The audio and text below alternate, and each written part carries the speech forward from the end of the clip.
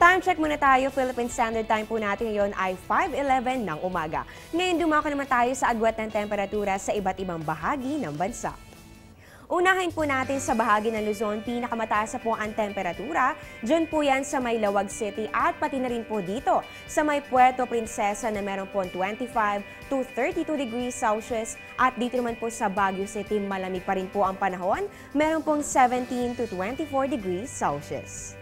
At ngayon pumunta naman po tayo sa Visayas. Diyan po sa Metro Cebu, mataas na po ang 25 to 31 degrees Celsius. At dito naman sa Tacloban, meron lamang 24 to 31 degrees Celsius. At ngayon dumako naman po tayo sa may Mindanao area. Diyan po sa may Cagayan de Oro, mababa na po ang 23 to 32 degrees Celsius. At dito naman po sa may bahagi po ng Zamboanga, mataas na po ang 24 to 32 degrees Celsius. At ngayon dumako naman po tayo sa lagay ng temperatura sa selected areas ng bansa.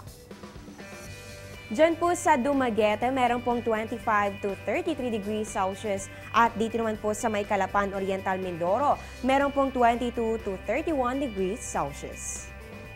Dito naman po sa Tagbilaran, Bohol at pati na rin po sa may Dipolog, yan naman po ay sa may Zamboanga, magkapareha po ang temperatura na aabot ng 25 to 32 degrees Celsius. At dito naman po sa General Santos City, meron pong 22 to 33 degrees Celsius. Ano nga ba ang sakit na TB at paano ba ito may iwasan? Alamin yan dito sa Sigla.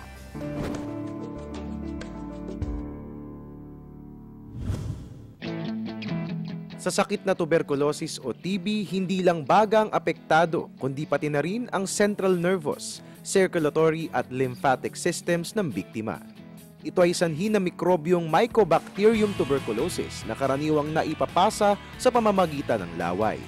Mas madaling magka-TB ang mga taong may mahihinang pangangatawan, ang mga may edad na at ang may mga sakit na AIDS at iba pang respiratory diseases. Malalaman kung ang isang tao ay may TB kung nakararamdam ng mga sumusunod na sintomas ng tumatagal ng 3 linggo o higit pa. Ubo na maaaring may kasamang dugo, lagnat, pananakit ng likod at pagbaba ng timbang. Kapag nakaramdam ng mga ito, magpakonsulta agad sa doktor. Isa sa mga sinusuri nila ay ang plema. Kinakailangan itong i-check ng 3 beses para sa mikrobyo na nakukuha sa TB. Sinusuri rin ang laway. Nagsasagawa rin ng chest x-ray at tuberculin test. Gaya nga ng nabanggit, madali lang itong maipasa.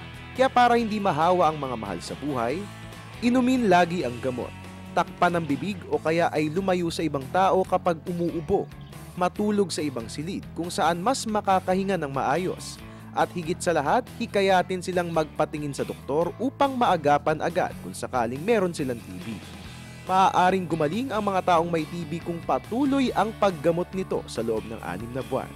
Kapag nasimulan na ang paggagamot, makatutulong din ang pagpapakonsulta sa doktor kada buwan upang malaman ang lagay ng kalusugan.